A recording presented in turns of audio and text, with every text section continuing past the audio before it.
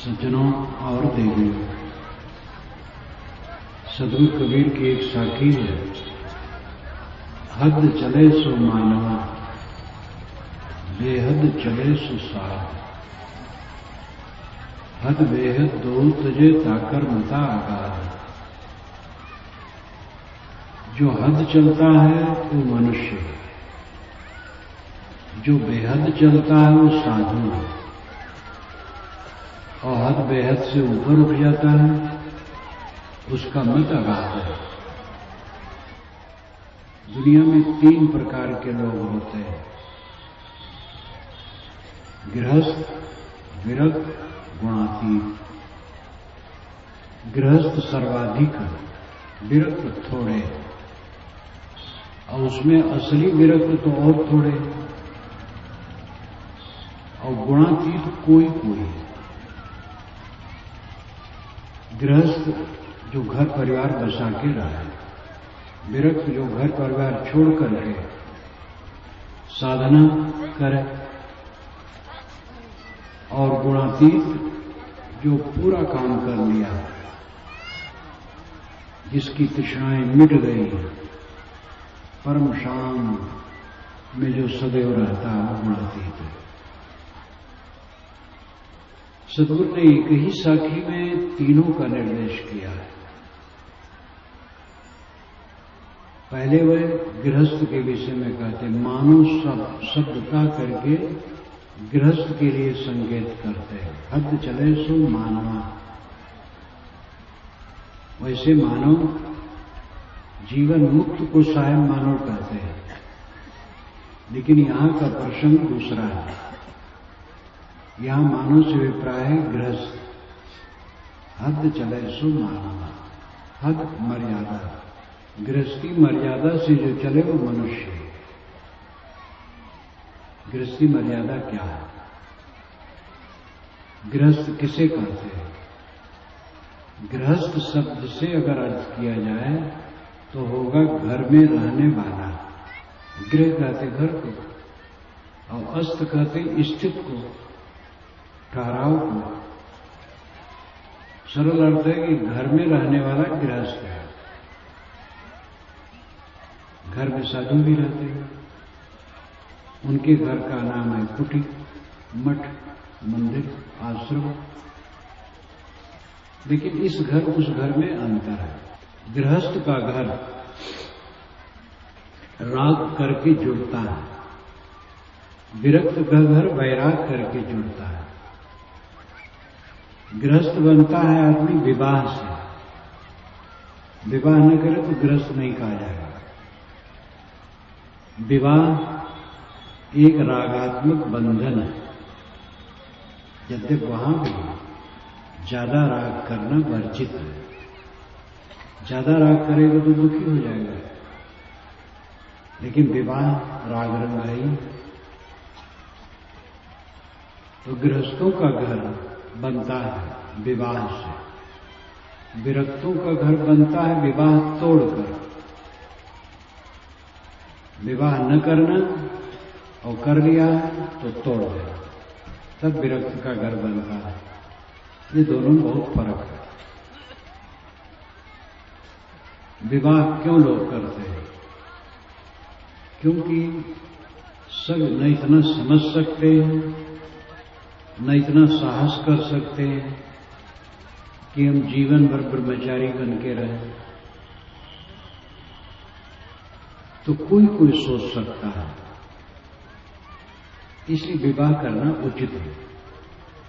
विवाह नहीं करेंगे और मन संभाल नहीं पाएंगे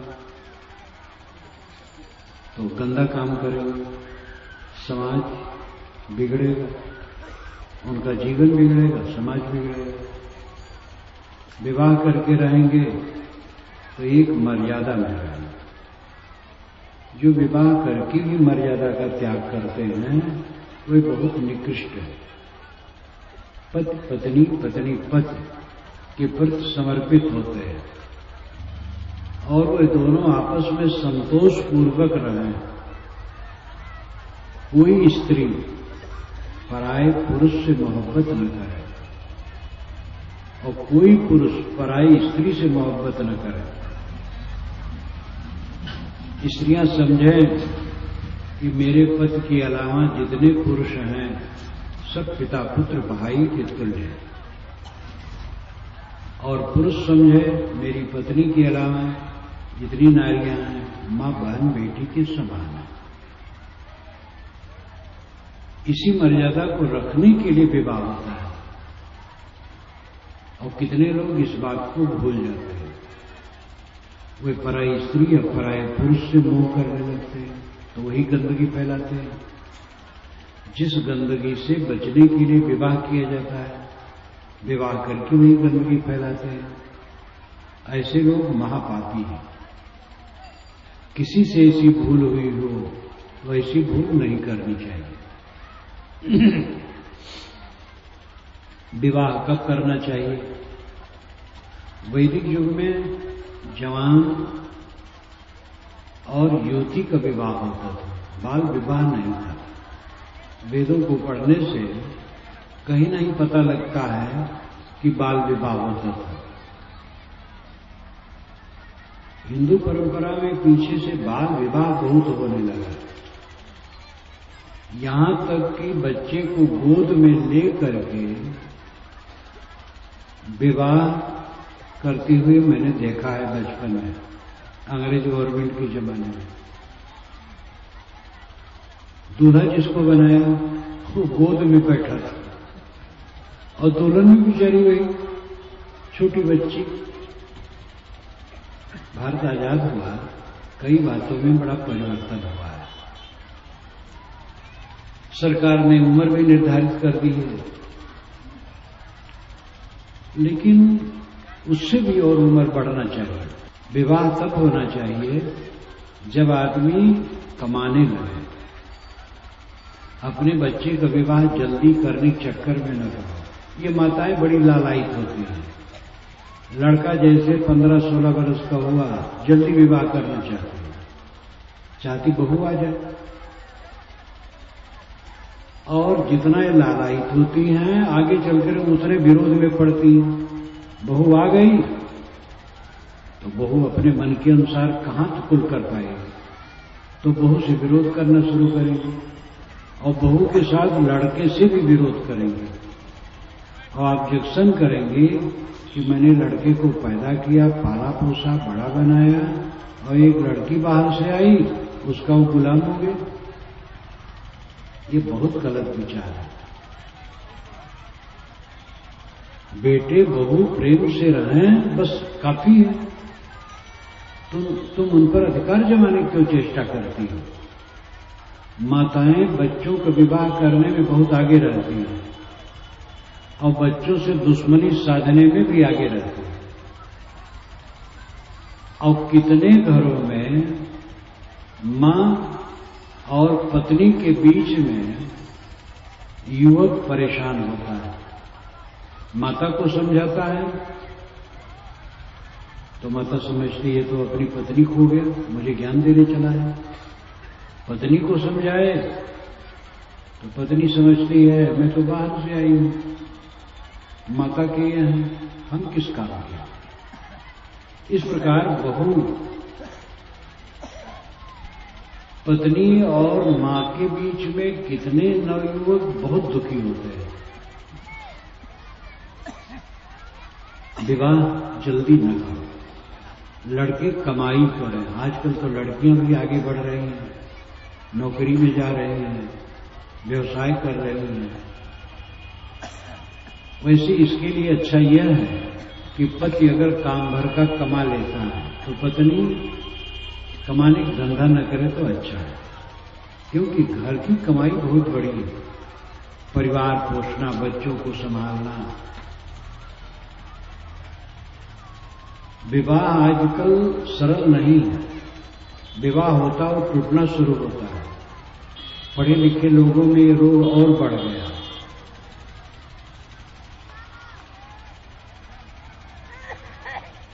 इसलिए बहुत संभल करके विवाह करने की जरूरत है। पति पत्नी में बात बैठनी चाहिए। गृहस्थी में पति पत्नी गृहस्थी की रीढ़ है। पति पत्नी में अगर मधुर बर्ताव है तो 3 पीढ़ी का हित होता है, पुरानी पीढ़ी और आगे आने वाली पीढ़ी और उसकी अपनी। पति पत्नी अगर प्रेम से रहते हैं तो माँ बाप की सेवा होगी, बूढ़ों की सेवा होगी, और आगे जो बच्चे होंगे वे अच्छे संस्कार पाएंगे। पति पत्नी लड़ेंगे तो बच्चों को क्या संस्कार मिलेगा, और माँ बाप की क्या सेवा होगी। इसलिए पति पत्नी में परस्पर प्रेम होना चाहिए। गृहस्थी सभी आश्रमों की मां है। गृहस्थी ही से विरक्त निकलते हैं, गृहस्थी से नेता निकलते हैं, गृहस्थी से कलाकार निकलते हैं, सैनिक निकलते हैं, सब प्रकार के ज्ञान विज्ञान निष्ठ सभी लोग गृहस्थी से निकलते हैं। गृहस्थी में अच्छे संस्कार हो तो सभी दिशाओं का मंगल होगा। अपने परिवार को ऐसे मत समझो विवाह कर लिए काम भोग के लिए। लड़का पैदा हो गया तो कुछ नहीं, बस वो बड़ा हो, पढ़े लिखे और चाहे जायज चाहे नाजायज पास हो जाए और कमाए, ये स्थूल दृष्टि न होनी चाहिए। गृहस्थी के निर्माण में प्रजनन की बात आती है। गृहस्थ बच्चे पैदा करता है और बच्चे पैदा करके लोग इतने मानते हैं कि वो पढ़े लिखे और नकल करके भी पास हो जाए, फिर पैसा कमाए, केवल स्थूल बुद्धि। अच्छे संस्कार मनुष्यों में डालना बहुत जरूरी है। माँ बाप के जब अच्छे संस्कार होंगे बच्चों में अच्छे संस्कार आएंगे। एक से पूछा कि बच्चे की शिक्षा कब से शुरू की जाए। उत्तरदाता ने कहा कि बच्चा पैदा होने के 20 वर्ष के पहले से। कि ये कैसे संभव है? तो कहा इसका मतलब यह है कि माँ बाप जिन उत्तम संस्कारों से संपन्न अपने बच्चों को देखना चाहते हैं उन संस्कारों से वो स्वयं संस्कारित हो। पिता बीड़ी पीता है, बच्चे को क्या सीख देगा? तंबाकू खाता है, सिगरेट पीता है, शराब पीता है, गाली गुप्ता बकता है, बेईमानी करता है, बदमाशी करता है, बच्चों को क्या सीख देगा? गृहस्थी काम भोग के लिए केवल नहीं है, और बच्चे पैदा करते जाओ तमाम, इसके लिए नहीं। एक तो बच्चा काफी है, और बच्चों को अच्छे संस्कार मिलने चाहिए। जब आपका घर मंदिर होगा तब बच्चों को अच्छे संस्कार मिलेंगे। आपका घर स्वच्छ होना चाहिए, झोपड़ी हो चाहे महल हो। इधर क्षेत्र के जो बिहार का ये पूर्वी और उत्तरी क्षेत्र है जिसमें हम ज्यादा आते हैं, यहाँ जो बांस का उपयोग होता है और झोपड़ियां बनती हैं, बड़ी अच्छी लगती हैं। फूस की ऐसी सुंदर झोपड़ियां भारत में कहीं नहीं मिलती। ये झोपड़ियां महल से अच्छी हैं। सफाई स्वच्छता होनी चाहिए। सफाई भी रहती है लेकिन सफाई में कसर है। कसर हर जगह है, केवल बिहार की बात नहीं। आपका घर झोपड़ी हो या महल हो, स्वच्छ, दरवाजा, आंगन, अंदर, बाहर, आपके घर के आसपास की गली आप शुद्ध रखें।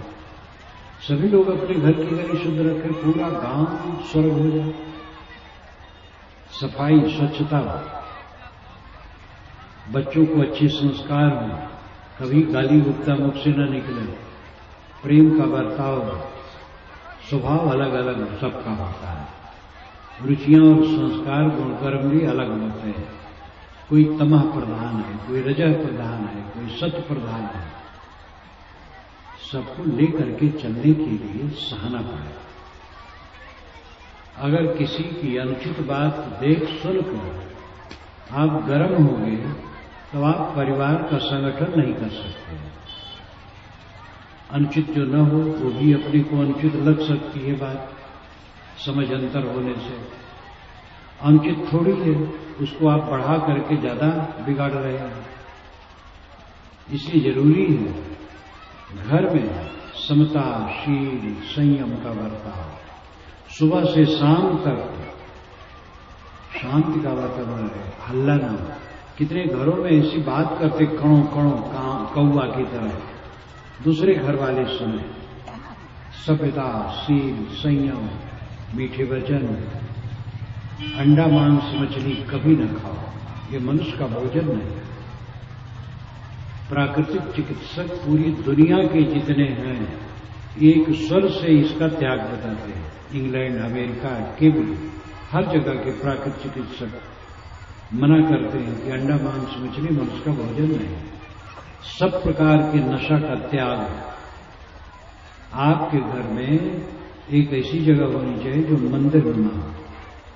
मूर्ति बैठाने की जरूरत नहीं, साफ सुथरा हवादार, वहां आप बैठ करके पाठ करें, सत्संग करें, ग्रंथ बांचें, घर के लोग सुनें। आज तो टीवी ने वो जगह ले लिया है और सुबह से शाम तक जब देखो तब टीवी खोले बैठे। रात में खा पी करके टीवी खोले और रात पता नहीं कब तक टीवी देखते रहते हैं। ये गलत तरीका है। टीवी का उपयोग कम हो। आपके घर में सत्संग का माहौल बनना चाहिए। आप अपने संप्रदाय के अनुसार पूजा करें, पाठ करें, जप करें, ग्रंथ पढ़ें, सुनाएं, सुनें और भजन गावें। ये सब संस्कार से बच्चों को अच्छे संस्कार मिलेंगे। हर आदमी को गुरु की शरण में जाना चाहिए। यथार्थ गुरु समझ बूझकर गुरु की शरण में जाओ, जिससे वहां से आदेश निर्देश लेकर के अपने जीवन को सुधार सको। फैमिली डॉक्टर होते हैं धनियों में, फैमिली गुरु भी बनो जिससे आपको अच्छी बुद्धि दे सके। कुछ लोगों के बच्चे नहीं होते हैं तो अपने को अभागी मानते हैं और दूसरे लोग भी उनको ऐसा कहते हैं। जिनको बच्चे नहीं हैं, निर्वंशी, और निर्वंशी का मुख देखना पाप है, ये माताएं ज्यादा करती हैं। तो महात्माओं को देखने आपके होते हैं। महात्मा लोग तो वज्र निर्वंशी, महानिर्वंशी। और वंश वाले को देखना हो उसमें पुण्य है तो सुअर को देखो, 12-12 बच्चे एक बार में देते हैं। कुतिया कई बच्चे देती है और सरपिन 250-250 अंडे देती है। दीमक रानी हजारों अंडे देती है। बच्चा पैदा करने से कोई पुण्यवान है और न बच्चा पैदा हो तो पापी होंगे। ये गलत बात है। एक कट बात मैं आपको कहूं, पहली गलती है विवाह और दूसरी गलती है बच्चा।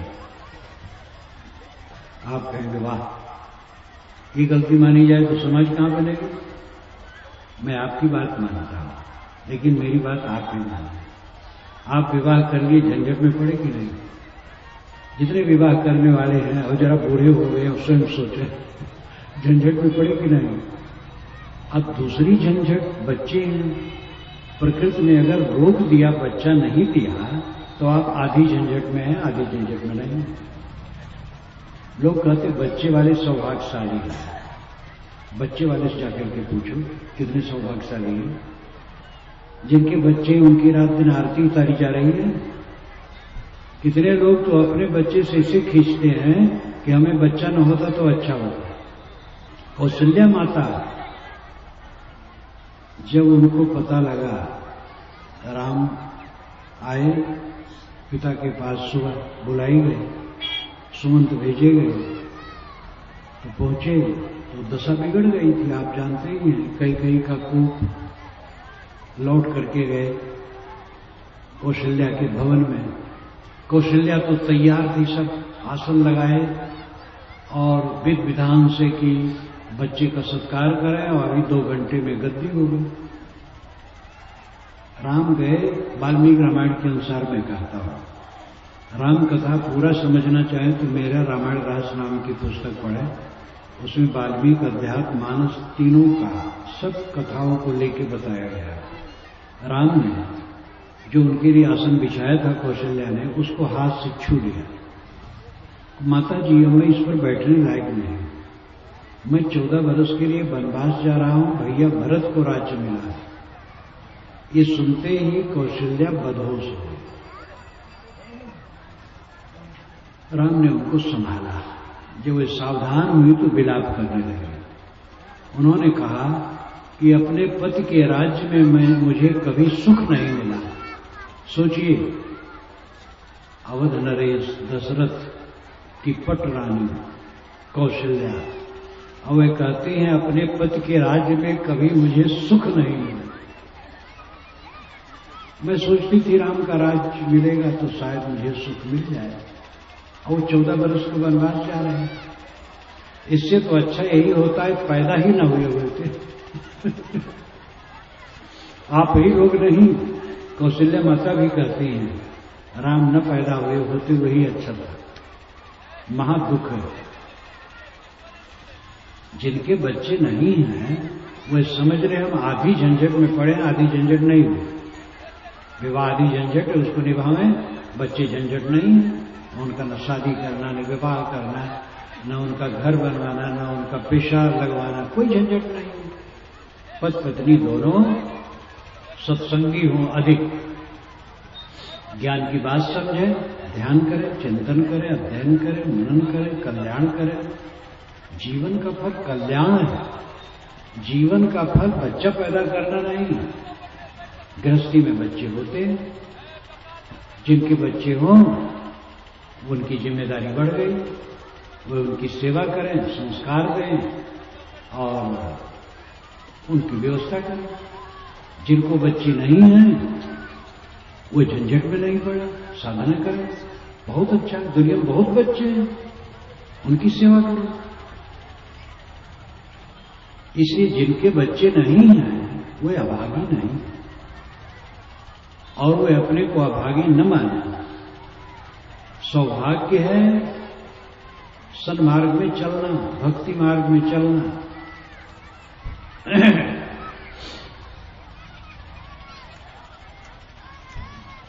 पति पत्नी, पिता पुत्र, भाई भाई, देवरान जेठान, सास बहू, ननद भावज में प्रेम व्यवहार गृहस्थी का सुख है। गृहस्थी का सुख बहुत पैसा नहीं है। नमक भात खाया हो, चटाई पर सोए, झोपड़ी में रहे, लेकिन सबसे प्रेम हो तो वो घर स्वर्ग है। और कलह हो तो राजभवन हो वो नरक है। इसलिए लौकिक उपस्थिति से अच्छाई बुराई नहीं समझना चाहिए। अच्छे संस्कारों से स्वर्ग होता है। आपका घर स्वर्ग बनना चाहिए। साहब ने कहा यहां ही संबल कर ले, आगे विषयी बाट, स्वर्ग विषान सब चले जहां बनिया ना हाट। जहां न बनिया है न बाजार है, वहां लोग स्वर्ग खरीदने चले। अरे स्वर्ग तो घर है। परिवार के लोगों को आप देवी देवता समझो तो परिवार घर आपका स्वर्ग हो जाएगा, और परिवार के लोगों को अगर खराब समझते हो तो नरक हो जाएगा। गलतियां होती हैं, दूसरे से जितनी गलतियां होती हैं हमसे ज्यादा हो सकती हैं। बुद्धि का अहंकार और सदाचार का अहंकार ये और पतन का कारण है। आदमी में भयंकर भूल है जो ये मानता है कि हमारी बुद्धि श्रेष्ठ है और हमारा सदाचार श्रेष्ठ है, और दूसरे की सामान्य त्रुटि को भी जो बड़ी त्रुटि मान करके उससे दुर्व्यवहार करता है और इससे संबंध खराब होता है। ये पक्का समझ लो कि जहां 4 लोग 10 लोग हैं, सबका स्वभाव एक नहीं हो, सबका संस्कार एक नहीं हो, सबकी योग्यता एक नहीं होगी, कार्य क्षमता सबकी एक नहीं होगी, बुद्धि एक नहीं होगी, ऊंच नीच मध्यम उत्तम सब होंगे। उनको लेकर के चलने की जरूरत है। प्रेम समता से समझा बुझाकर, पुचकार कर, आदर करके लेकर के चलने से कल्याण, कलह करके तो नरक हो जाए। गृहस्थी में स्वर्ग प्रेम के बर्ताव से, और गृहस्थी ही नहीं विरक्ति ही है। साधुओं का मठ है, 10, 20, 25, 50, 2, 4 जितने भी साधु वहां हैं, आपस में प्रेम से बर्ताव करते तो वहां स्वर्ग है। अगर वही कला करें तो वहीं नरक है। मनुष्य तो हर जगह है। पारिवारिक संबंध मीठा, इसकी आवश्यकता है। बच्चों को अच्छे संस्कार दिए जाएं, परिवार वालों से समताशील से बरता जाए, अपनी कमाई में से कुछ दान पुण्य करने की प्रवृत्ति रखो। रोज सत्संग, ध्यान, चिंतन, मनन में मन लगाओ। साधु गृहस्थ सबको सेवा, स्वाध्याय, चिंतन, ध्यान ये करना चाहिए। सेवा से चित्त पवित्र होता है। तन, मन, धन, ज्ञान, बुद्धि, वाणी जो आपके पास है, उससे दूसरे की सेवा करें। अपना पेट तो कुत्ते बिल्ली भी शाम तक भर लेते हैं, दूसरे की सेवा करें, ये विशेषता है।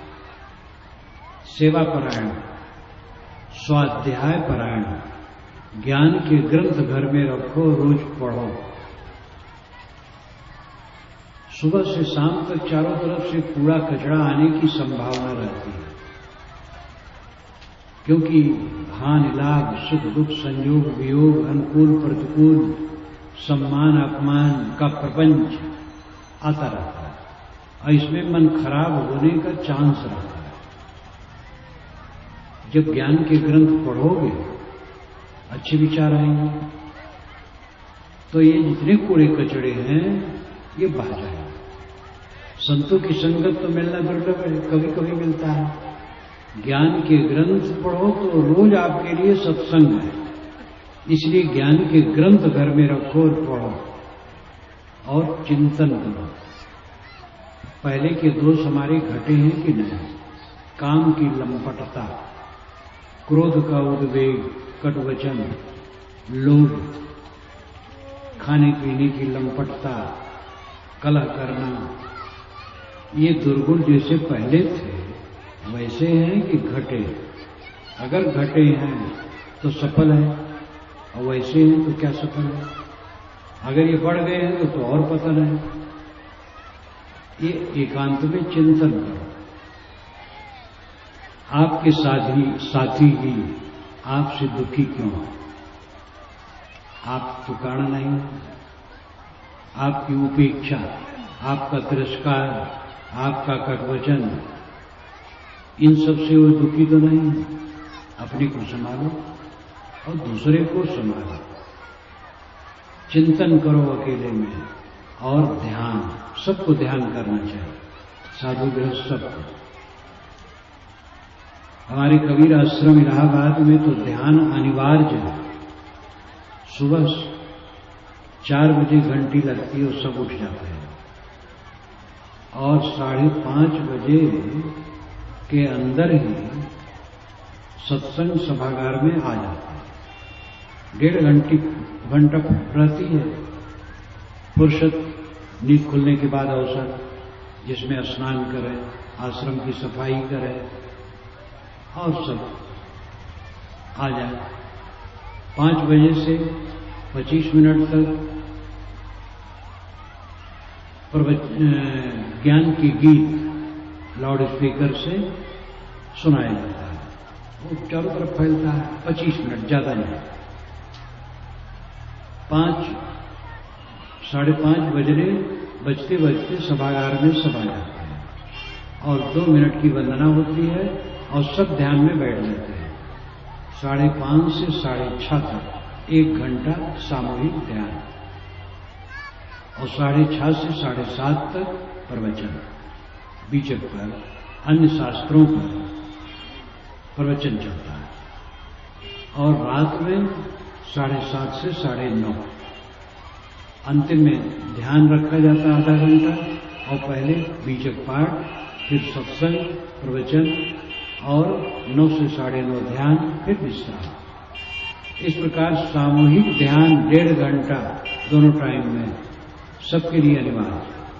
व्यक्तिगत अपना और ध्यान कोई बढ़ाए अच्छा। ध्यान क्या? मेरी एक पुस्तक है ध्यान क्या।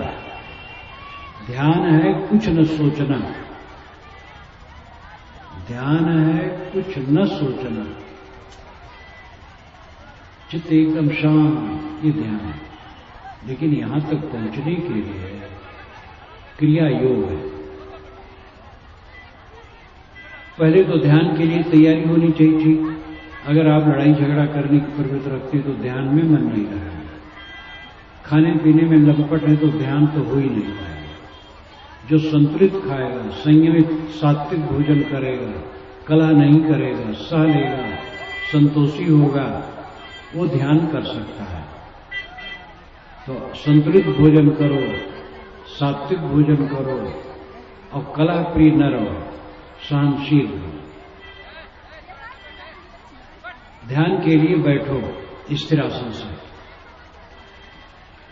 और आंखें बंद कर लो। किसी महापुरुष में आपको श्रद्धा है, उसका चित्र मन में ले लो और उसी में मन लगाओ। ये साकार योग है। दूसरा, आंखें बंद की, बंद आंखों में अंधकार प्रकाश जो दिखाई दिया उसी में मन को लगाते हैं, ये दृष्टि योग है। सांस आती जाती अपने आप है, सांस पर मन ठहराए, ये स्वर योग है। मस्तक में, कंठ में, हृदय में कहीं भी एक बिंदु की कल्पना कर ली, उसी में मन ठहराए, ये बिंदु योग है। कानों में उंगली डाल दी, नाद सुनाई देने लगा, उसी में मन लगाए, ये नाद योग है। ये सब क्रिया योग कहलाता है। क्रिया योग का अर्थ है वह क्रिया योग में सहायक है। अपने मन को एक खूंटे में बांध करके रखना, ये आरंभिक साधना है। किसी महापुरुष के ध्यान में, दृश्य योग में, स्वर योग में, नाद योग में, बिंद योग में, किसी आधार में अपने मन को ठहराना, ये पहली साधना है। आगे है दृष्टाभ्यास। मन को देखो, मन में मिलो ना, कोई आधार न लो, न चित्र, न बिंदु, न नाद, न ज्योत, न शब्द, कुछ नहीं। नदी के किनारे आदमी बैठा है, नदी की तरंगों को देखता है, नदी में बहता नहीं। ऐसे मन को देखो, मन में बहो ना। मन को किसलिए देखो कि मन शांत हो जाए, उदासीन हो। मन को देखो, मन क्या सोचता है। सारा सोचना बंद करने की दृष्टि रखो। आप ध्यान में बैठे कि कुछ नहीं सोचेंगे, इतने में बाजार पहुंच गए।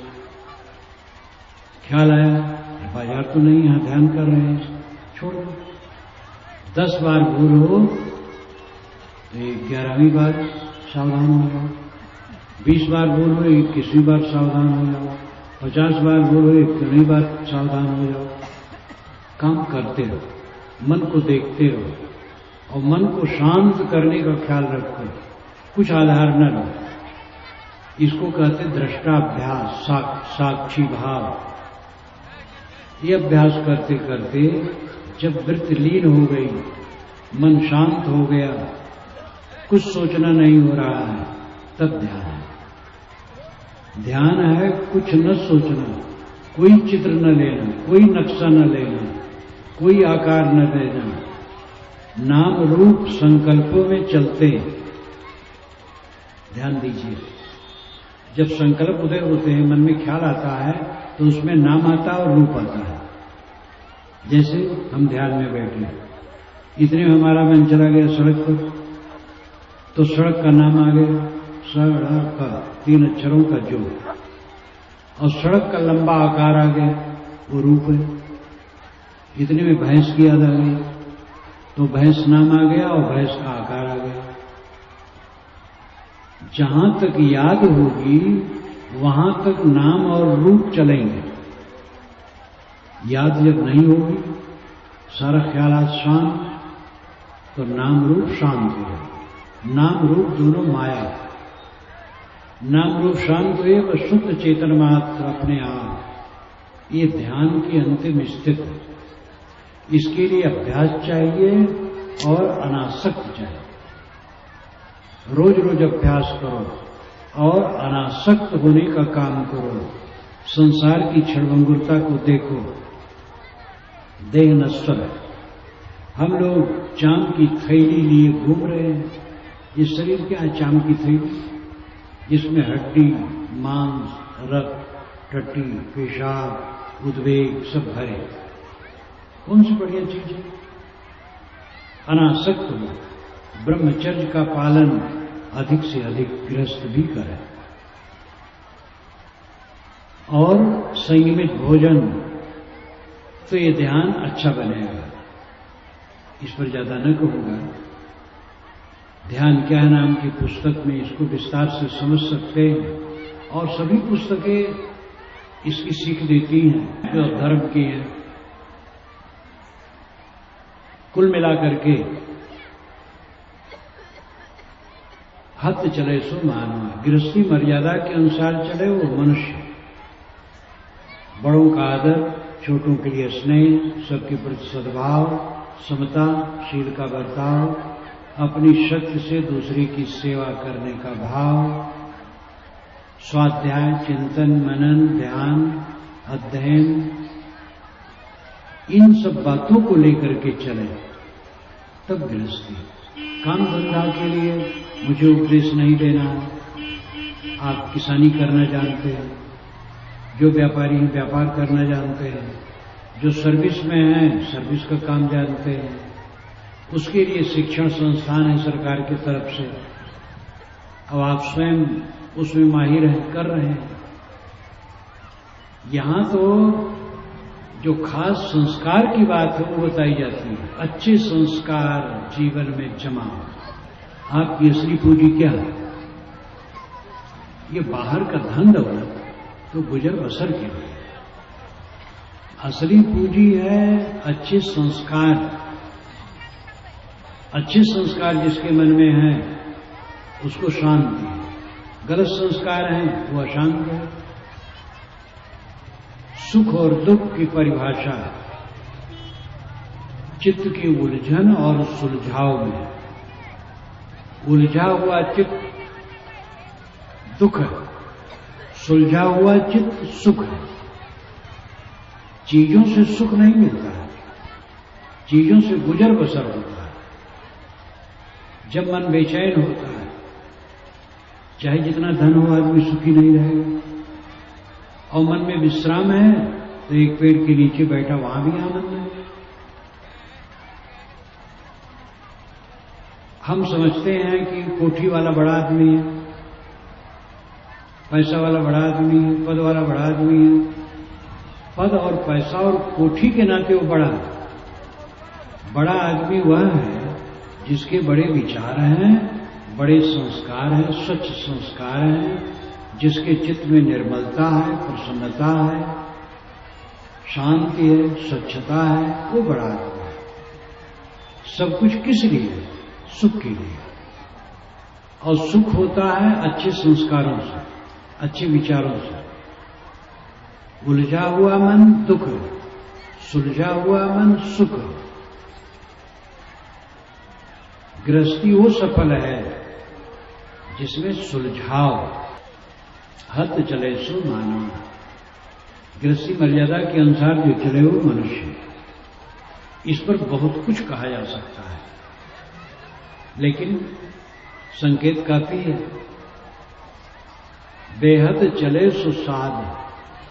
साहब कहते हैं जो गृहस्थी छोड़ दो साधु बेहद हो गए। विरक्त होने के लिए जरूरी है कि घर का त्याग, परिवार का त्याग।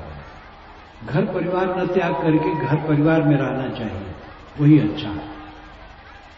देखा देखी साधे योग तो उसमें चीजें काया बाढ़े रोग की दशा है। घर में रहो, साधना करो, अच्छा। विरक्त होने की भावना जब आए तो घर में रह करके ज्यादा दिन साधो।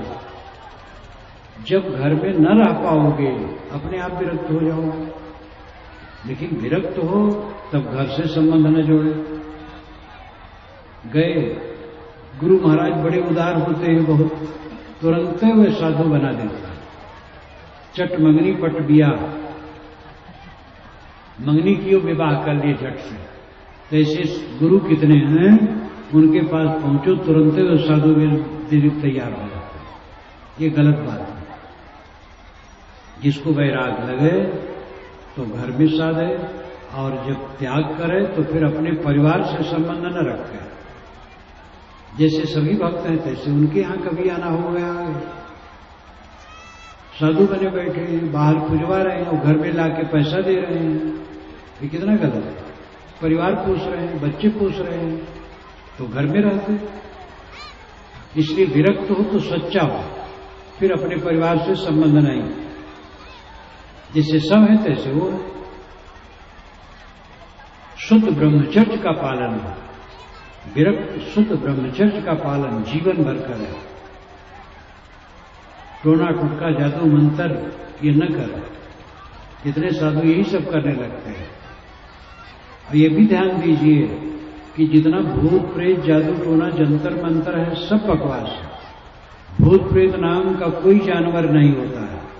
झाड़ फूक बिल्कुल बेकार है। बिच्छू सांप काटने छीदने पर भी झाड़ फूक की जरूरत नहीं, दवाई करो। जहरीला सांप काटा होगा तो आदमी मर जाएगा, और बड़े हॉस्पिटलों में इसके इंजेक्शन होते, उससे समझ सकता है। टोना कुछ नहीं है, जादू केवल जालसाजी, हाथ की सफाई, बात की सफाई इत्यादि से करते हैं। दिशाशूल नाम की कोई चीज नहीं है। उत्तर दक्षिण पूर्व पश्चिम दिशाशूल की कल्पना झूठी। अंग फड़कने से कोई हानि लाभ नहीं होता है। दहना अंग फड़के बायां अंग फड़के कोई चिंता न करो। विधवा स्त्री देख करके विवाह खराब हो जाता है। विवाह में कहीं वरवधू विवाह हो रहा है, विधवा स्त्री चली जाए तो अशुभ है। विधुर पुरुष हो तो अशुभ नहीं है। पुरुषों ने कानून बनाया है तो अपनी पीठ अपने ठोक ली, अपनी बड़ाई कर ली। स्त्री विधवा हो गई तो पापी हो गई, और पुरुष विधुर हो गए तो पापी नहीं है। कोई पापी नहीं। ये सब अंधविश्वास छोड़ो। छींकने से कोई अशुभ नहीं हो गया। छूछा घड़ा और भरा घड़ा देख करके कोई हानि लाभ नहीं होता है। ये सब बिल्कुल चिंता छोड़। कोई वायव्य शक्ति आपके ऊपर नहीं तैर रही है जो आपको तकलीफ दे या सुख दे। हमारे आपके अपने कर्म ही हमारे सुख दुख के कारण है। भूत प्रेत जादू टोना जंतर मंतर झाड़ फूक ग्रह लगन मुहूर्त दिशाशूल शकुन अपशकुन सब बकवास है। इनसे बिल्कुल निर्भय हो, निश्चिंत हो। सदैव यही ध्यान रखो कि अपने मन वाणी कर्मों से बुराई न हो। अपने जीवन को पवित्र बनाओ, शीलवान रहो, समताल रहो, सबसे विनम्र रहो, सबसे झुक के चलो और संतोष रहो। इसकी जरूरत है, और कोई तकलीफ देने वाला आपको नहीं। जो साधु महात्मा मंत्र जंतर करते रहते हैं, झाड़ फूक करते रहते हैं और अपने आशीर्वाद से लड़का बच्चा देते रहते हैं, वो ठीक ठाक नहीं है। साधु का काम है गृहस्थी से विरक्त हो जाए और किसी संत गुरु की शरण में जीवन बितावे, साधना करे, सेवा करे, और कुछ दिन के बाद जब अपनी समझ बढ़ जाए तो दूसरे को भी शिक्षा दे, उपदेश दे, साधु काम है, ज्ञान का प्रचार करे। गाड़ी आपकी बिगड़ जाए तो उसकी रिपेयरिंग की दुकान है, घड़ी बिगड़ी है तो रिपेयरिंग की दुकान है, मशीन इंजन बिगड़ते हैं उसकी रिपेयरिंग की दुकान है, स्वास्थ्य खराब हो जाए हॉस्पिटल रिपेयरिंग की दुकान है। लेकिन बिगड़ी हुई बुद्धि की रिपेयरिंग की दुकान न सरकार ने खोली है और न सेठों ने खोली है। वो सत्संग ही बुद्धि रिपेयरिंग की दुकान है। साधु एक बुद्धि खराब है, बीड़ी पीते हैं, गांजा पीते हैं, तंबाकू खाते हैं, पान खाते हैं, गाली बकते हैं और पूजा वूजा के पाते हैं तो घर में जाकर के बहू को कपड़ा खरीद देते हैं। ये क्या समाज को देंगे? फिर क्या निर्देश देंगे? साधु द्रव्यसन से मुक्त हो और उसको जो दान दक्षिणा चढ़ाए अपने गुजर बसर में लगावे या परोपकार में लगावे और किसी सेवा में लगावे, घर में न दे, घर से संबंध न रखे, घर से विरक्त होना चाहिए। तो साधु जो झाड़ फूक जंतर मंतर करते हैं और आशीर्वाद से लड़का बच्चा देने की झांसा फैलाते हैं, वो प्रलोभन है कि पैसा मिले। ऐसे तो बड़े बड़े गुरु बने बैठे हैं, ठेकेदार जो भगवान के अवतार बने बैठे हैं, आज भी बहुत है और वो दुनिया का कल्याण करते आशीर्वाद से। ये सब धोखेबाजी है। कोई आपको आशीर्वाद देकर लड़का बच्चा नहीं दे सकता है, रोग नहीं काट सकता है, धन नहीं दे सकता है। संत का काम है वह अच्छे विचार दे, आदमी के दुर्गुण दूर करने के लिए उपदेश दे, समता का बर्ताव बताएं। इस प्रकार साधु वह है जो बेहद हो जाए, यानी गृहस्थी मर्यादा से ऊपर उठ जाए और हद बेहद दूर तुझे ताकर मतागार। गृहस्थी छोड़ी और विरक्ति मार्ग में आकर के जो सांप्रदायिक भावना है वो भी छोड़ा। कबीर पंथ, वैष्णव पंथ संप्रदाय, आर्य समाज, वेदांतियों का मार्ग, जैनी बौद्धों का, इस्लामियों का, ईसाइयों का या अन्य, ये सारी संप्रदाय घरौंदे हैं। जो सत्य की स्थिति है ये सबसे ऊपर है। मन के विकारों को छोड़ करके आत्मा में लौट आना, ये जीवन की सबसे ऊंचाई है। परमात्मा की प्राप्ति, मोक्ष की प्राप्ति आत्मा की स्थिति ही है। परमात्मा कहीं बाहर नहीं मिलता है। आंख से आपको रूप मिलता है, कान से शब्द मिलता है, नाक से गंध मिलती है, जीभ से रस मिलता है, चाम से स्पर्श मिलता है, मन से संकल्प विकल्प होते हैं। यही 6 साधन है मिलने के और इनसे सब मिलता है। वो प्रपंच है, दुनिया की चीज है। परमात्मा किससे मिलता है? परमात्मा तो आत्मा है। सारे विकारों को छोड़ा, अपने आप में स्थित हो गए, बस परमात्मा मिल गए। गोस्वामी जी भी कहते हैं अस प्रभु हृदय अक्षत अविकारी। प्रभु तो हृदय ही में। सभी लोग कहते हैं ईश्वर हृदय में, तो हृदय में 2 का अनुभव है कि एक आप सोचिए, इसमें जीव और ब्रह्म दोनों है, तो कितना प्रसन्नत जीव है और कितना प्रसन्नत ब्रह्म है? क्या 2 का अनुभव हो रहा है? एक ही का अनुभव हो रहा है। जो हृदय में बैठा है वो आपा शुद्ध चेतन आत्मा है। उसी को ब्रह्म को, उसी को ईश्वर को कहते हैं कि ईश्वर ही सब करता है हृदय में बैठ करके। तो मतलब जीव कुछ नहीं करता है, जीव कुछ नहीं है।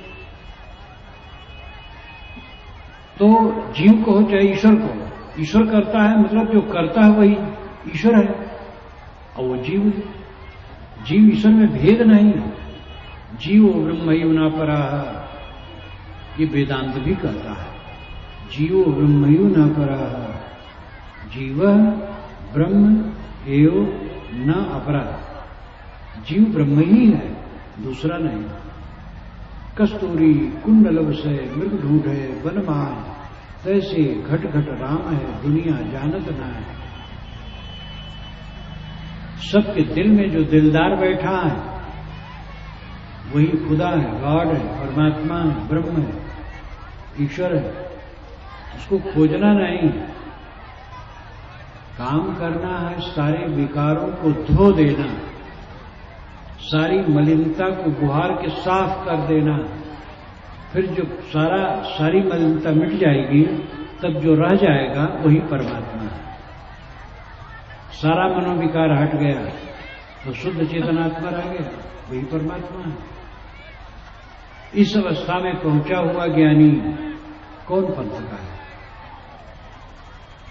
पंथ संप्रदाय का जहां तक कर्तव्य है, आप अपने संप्रदाय के नियमों का पालन करें और दूसरे के संप्रदायों का आदर करें, गाली गुप्ता न बरतें।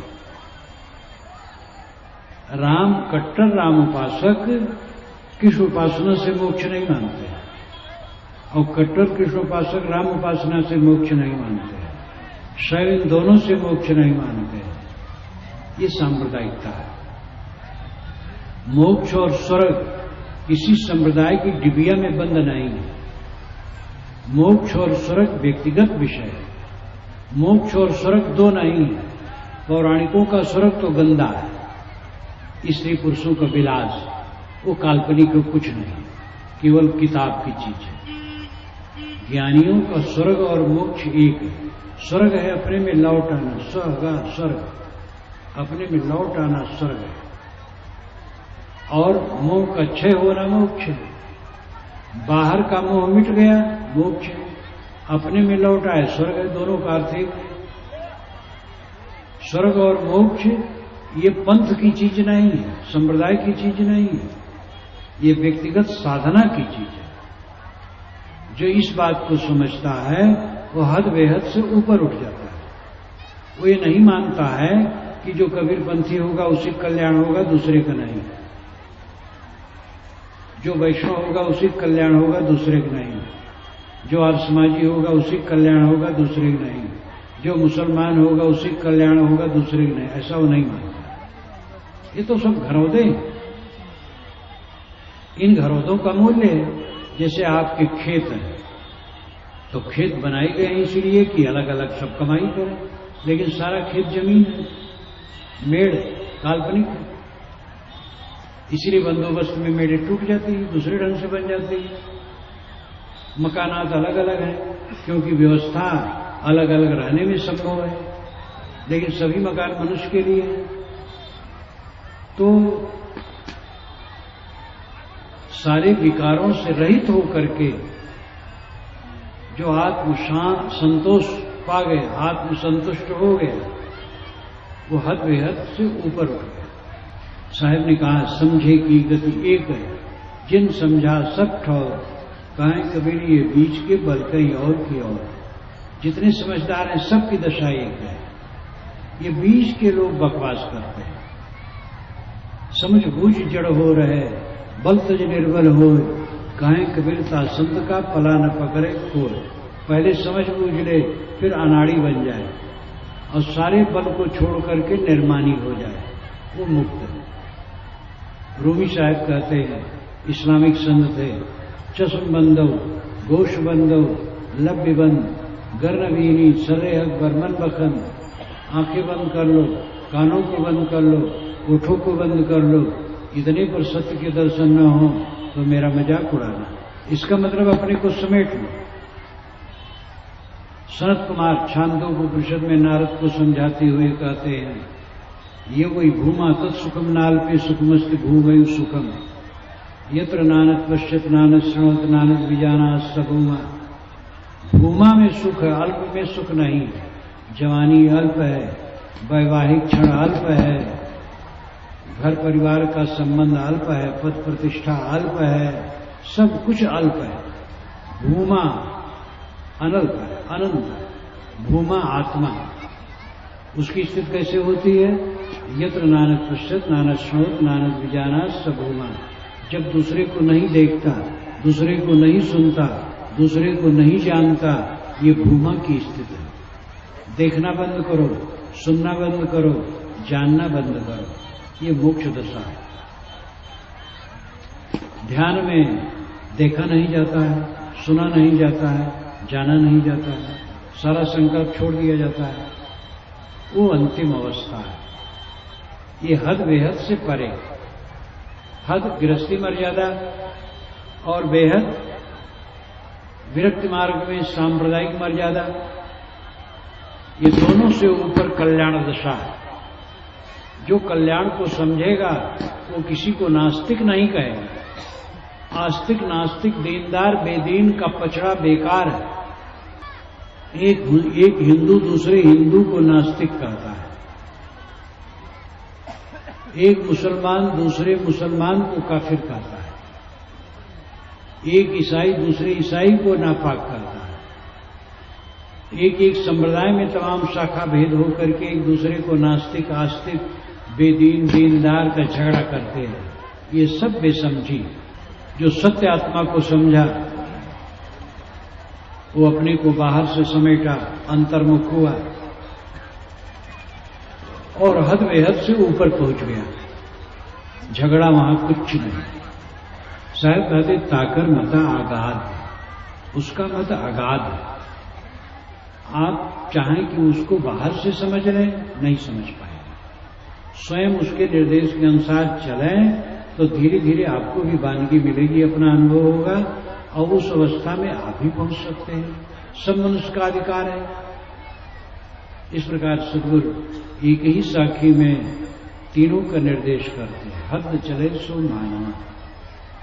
जो गृहस्थी मर्यादा के अनुसार चले वो मनुष्य। बेहद चले सो साधु। जो गृहस्थी छोड़ करके विरक्त हो गया वो साधु। और जो सारी अहंता ममता छोड़कर, सारी वासना और तृष्णा छोड़कर आत्मलीन हो गया वो हद बेहद से परे हो। उसका मत अगाध। जीवन का वही परम लक्ष्य और वहां तक पहुंचना हर इंसान का कर्तव्य है। आज, कल, 10 जन्म के बाद, 100 जन्म के बाद वहां पहुंच करके ही परम विश्राम होगा।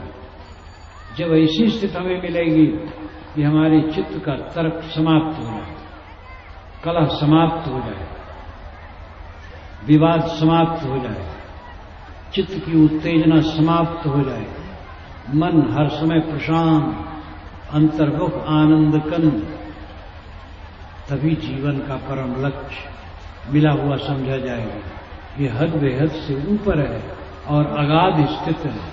इन सब बातों को समझें। प्रवचन में तो आपको निर्देश दिया जाता है जिससे आप इसके लिए भूख पैदा करें और सत्संग करें और ज्ञान के ग्रंथ पढ़ें और साधना करें। प्रवचन में सब समाधान नहीं होता। प्रवचन में प्रवक्ता एक तरफ से बता देता है, आप मौन होकर सुनते हैं। शंकाएं होती हैं वो भी आप कह नहीं सकते इस सभा में। आपके मन में भूख उत्पन्न हो अध्यात्म की, अब आप संतों से मिलें, ज्ञान के ग्रंथ पढ़ें और साधना करें, तब सब सुलभ हो जाएगा। आपको धन्यवाद देते हुए मैं अपनी वाणी को विराम देता हूं।